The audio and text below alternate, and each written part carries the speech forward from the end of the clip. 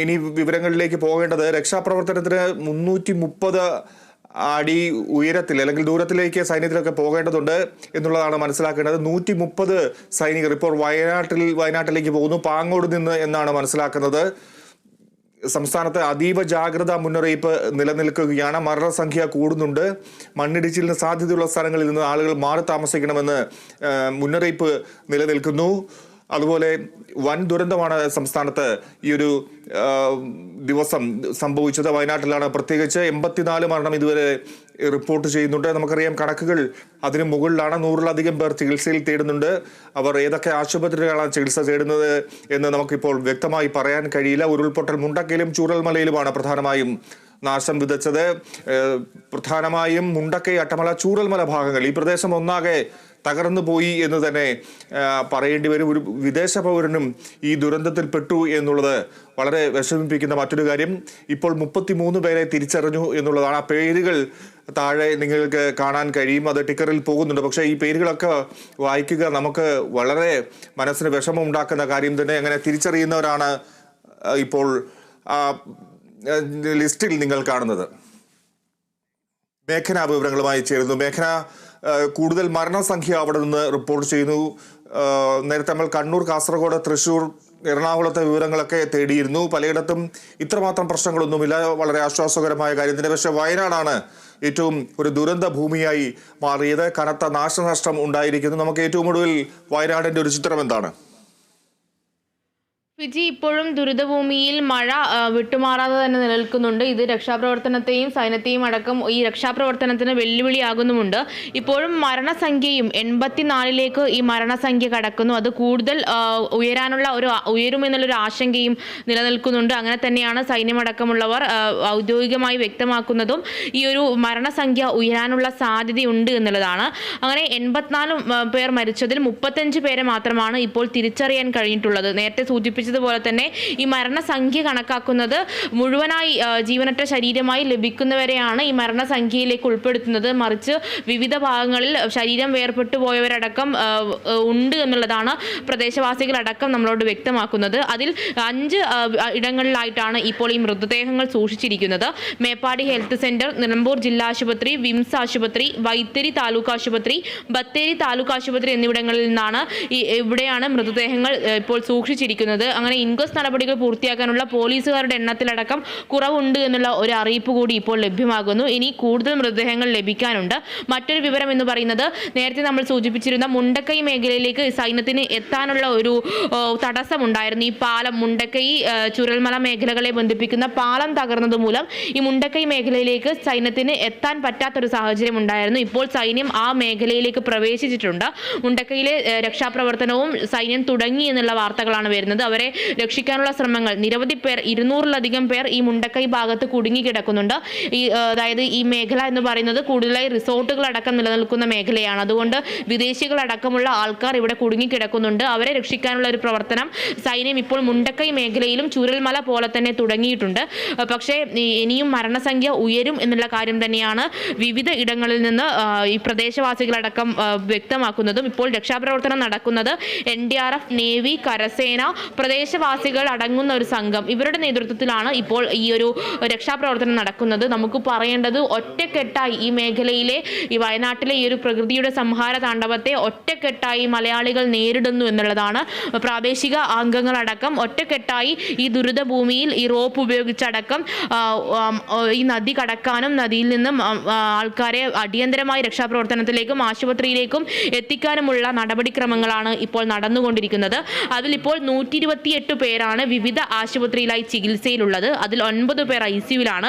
അതിനപ്പുറത്തേക്ക് കാണാതായവരുടെ എണ്ണം എന്ന് പറയുന്നത്, അത് നമുക്ക് കണക്കെടുക്കാൻ പറ്റാത്തത് അധികം ആൾക്കാരെ കാണാതായിട്ടുണ്ട്. പലരും ഈ തകർന്ന വീടുകളുടെ അടിയിലടക്കം ഉണ്ട് എന്നുള്ളതാണ് വ്യക്തമാകുന്നത്. ഈ പ്രദേശവാസികൾക്കടക്കം അവർ നമ്മളോട് സംസാരിക്കുന്നത് വിവിധ അവരുടെ ആൾക്കാരെ കാണാനില്ല, അവരുടെ ബന്ധുക്കളെ കാണാനില്ല എന്ന് പറഞ്ഞിട്ടാണ് പ്രദേശവാസികളടക്കം നമ്മളോട് സംസാരിക്കുന്നത്. ഇവിടെയും കണക്കുകൾ വ്യക്തമാകുന്നില്ല. എത്ര പേർ മരിച്ചു അല്ലെങ്കിൽ എത്ര പേരെ കാണാതായിട്ടുണ്ട് എന്നുള്ള ഒരു കണക്കുകൾ ഇതുവരെ വ്യക്തമായിട്ടില്ല. വിവിധ ആശുപത്രികളിലായി 128 പേരാണ് ഇപ്പോൾ കാണാതായിട്ടുള്ളത്. മറ്റൊരു കാര്യം എന്ന് പറയുന്നത്, ഇപ്പോൾ ജില്ലയിൽ മുഴുവനായി 20 ദുരിതാശ്വാസ ക്യാമ്പുകളാണ് തുറന്നിട്ടുള്ളത്. ഏത് അടിയന്തര സാഹചര്യം ഉണ്ടെങ്കിലും ബന്ധപ്പെടാനായി ഈ ഔദ്യോഗികമായി ജില്ലാ ഭരണകൂടം അടക്കം അറിയിക്കുന്നുണ്ട്. അതിൽ ഒരു കൺട്രോൾ റൂം ജില്ലയിൽ തുറന്നിട്ടുണ്ട്. 0493622335 എന്നീ നമ്പറിലേക്ക് ബന്ധപ്പെടാൻ, എന്ത് അടിയന്തര സാഹചര്യം ജില്ലയിൽ ഉണ്ടാകുമ്പോഴും ഈ നമ്പറിലേക്ക് ബന്ധപ്പെടാനുള്ള ഒരു നിർദ്ദേശം ജില്ലാ ഭരണകൂടം നൽകുന്നുണ്ട്. അങ്ങനെ വിവിധ ഇടങ്ങളിലായി ഒരു ഒറ്റക്കെട്ടായി മലയാളികൾ, ആർമിയും നേവിയും സൈന്യവും അടക്കമുള്ള രക്ഷാപ്രവർത്തകർ ഈ ഒരു ദുരിതത്തെ നേരിടുന്നു. ഇനിയും മരണസംഖ്യ ഉയരാൻ തന്നെയാണ് സാധ്യത. ആ ആശങ്ക തന്നെയാണ്. അതായത് ഈ ഒരു ദുരിതത്തിന്റെ വ്യാപ്തി എത്രത്തോളം ഉണ്ട് എന്ന് മനസ്സിലാക്കാൻ പറ്റാത്തൊരു സാഹചര്യം. കവളപ്പാറ ദുരന്തത്തിനേക്കാളും ഒരു മുകളിലേക്ക് ഈ ദുരിതത്തിന്റെ വ്യാപ്തി ഉണ്ട് എന്നുള്ളതാണ് പ്രാദേശിക ഘടകങ്ങളടക്കം നമ്മളോട് വ്യക്തമാക്കുന്നത്. പക്ഷെ അത് എത്രത്തോളം ഉണ്ട് എന്ന് മനസ്സിലാക്കാൻ പറ്റാത്ത ഒരു സാഹചര്യമുണ്ട്. എന്തായാലും ഇപ്പോൾ മുണ്ടക്കൈ മേഖലയെ കുറിച്ചായിരുന്നു ഏറെ ആശങ്കയുണ്ടായിരുന്നത്. ആ പ്രദേശം ഒരു ചെറിയ പ്രദേശമാണ്. ആ ചെറിയ പ്രദേശം മുഴുവനായി ഒറ്റപ്പെട്ടു പോകുന്ന, അവിടെ ഇപ്പോൾ വെറും 8 വീടുകൾ മാത്രമാണ് ബാക്കിയുള്ളത് എന്നുള്ളതാണ് മനസ്സിലാക്കുന്നത്. ബാക്കി അവിടെ ഉണ്ടായിരുന്ന വീടുകളും കടകളും അടക്കമുള്ള എല്ലാം ഒന്നായി ഈ ഒരു ഉരുൾപൊട്ടൽ കൊണ്ടുപോയിട്ടുണ്ട്. കൂടാതെ ഈ മുണ്ടക്കൈ പുഴ എന്ന് പറയുന്നത് ചെറിയൊരു ജലാശയമായിരുന്നു. ആ ജലാശയം പരന്നൊഴുകി വലിയൊരു വ്യാപ്തി ആ ജലാശയത്തിൽ എത്തിയിട്ടുണ്ട്. മലവെള്ളപ്പാച്ചിൽ ഉണ്ടായിട്ടുണ്ട്. അതുകൊണ്ട് തന്നെ ഈ മലവെള്ളപ്പാച്ചിലടക്കം ഉണ്ടായ ഒരു സാഹചര്യത്തിൽ ഇവിടെ നിന്ന് പല രക്ഷാപ്രവർത്തകരെയും ഇവിടെ നിന്ന് മാറ്റേണ്ട ഒരു സാഹചര്യം, മാധ്യമപ്രവർത്തകരെ അടക്കം ഇങ്ങോട്ട് കടത്തിവിടാത്തൊരു സാഹചര്യം കൂടിയുണ്ട്.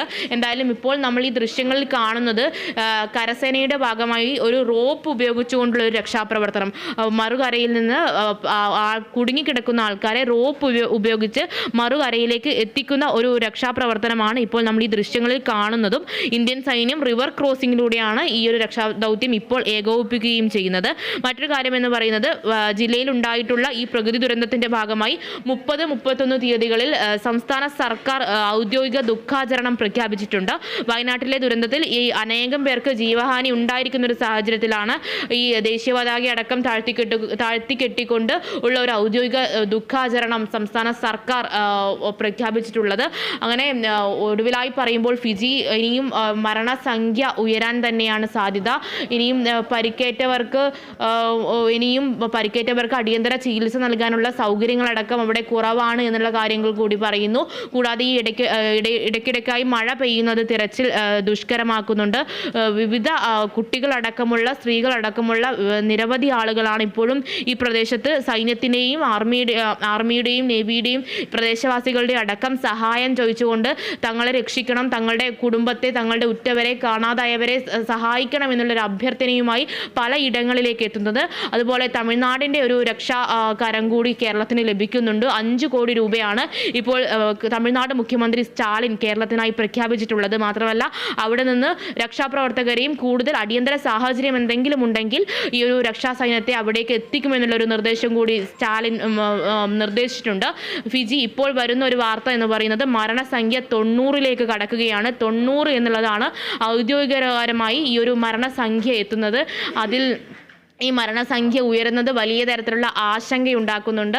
അങ്ങനെ ഇപ്പോൾ രക്ഷാപ്രവർത്തനം, ഈ മഴ പെയ്യുന്ന ഒരു സാഹചര്യം ഉണ്ടെങ്കിലും രക്ഷാപ്രവർത്തനം അതിതീവ്രമായി തന്നെ നാട്ടുകാരും പ്രദേശവാസികളും അടക്കമുള്ളവർ, സൈനി, നേവി, NDRF അടക്കമുള്ളവർ ചേർന്നുകൊണ്ടുള്ള ഒരു രക്ഷാപ്രവർത്തനമാണ് ഇപ്പോൾ നടക്കുന്നത്. പക്ഷേ ഈ 90ലേക്ക് കടക്കുന്നത്, 100 കടക്കും ഈ മരണസംഖ്യ എന്നുള്ളത് തന്നെയാണ്.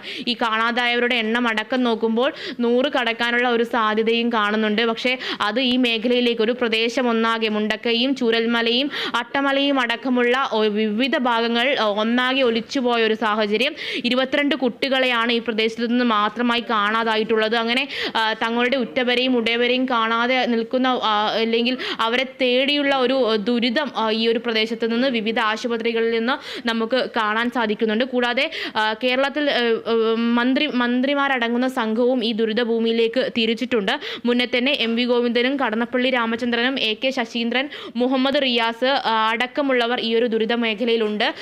T സിദ്ദിഖ് MLA സംഭവ സ്ഥലത്ത് തന്നെ സജീവമായുണ്ട്. അങ്ങനെ ജനപ്രതിനിധികൾ അടക്കമുള്ളവർ, മുഹമ്മദ് റിയാസ് അടക്കമുള്ളവർ ഇപ്പോൾ കോഴിക്കോട് ജില്ലയിൽ നിന്ന് മേഖലയിലേക്ക് തിരിച്ചിട്ടുണ്ട്. അങ്ങനെ ഈ ഒരു ദുരിതഭൂമിയിൽ എല്ലാവരും ഒന്നിച്ചുകൊണ്ടുള്ള ഒരു രക്ഷാപ്രവർത്തനം, അത് എത്രയും വേഗം തന്നെ ഈ കുടുങ്ങിക്കിടക്കുന്നവരെ രക്ഷപ്പെടുത്തുക എന്നുള്ളൊരു ലക്ഷ്യം തന്നെയാണ് സൈന്യവും രക്ഷാപ്രവർത്തകരും അടക്കം കാണുന്നത്. 130 പേരടങ്ങുന്ന സൈന്യത്തിൻ്റെ ഒരു സംഘം ഇപ്പോൾ പാങ്ങോട് മിലിറ്ററി ക്യാമ്പിൽ നിന്ന് തിരുവനന്തപുരത്ത് നിന്ന് എത്തിയിട്ടുണ്ട്.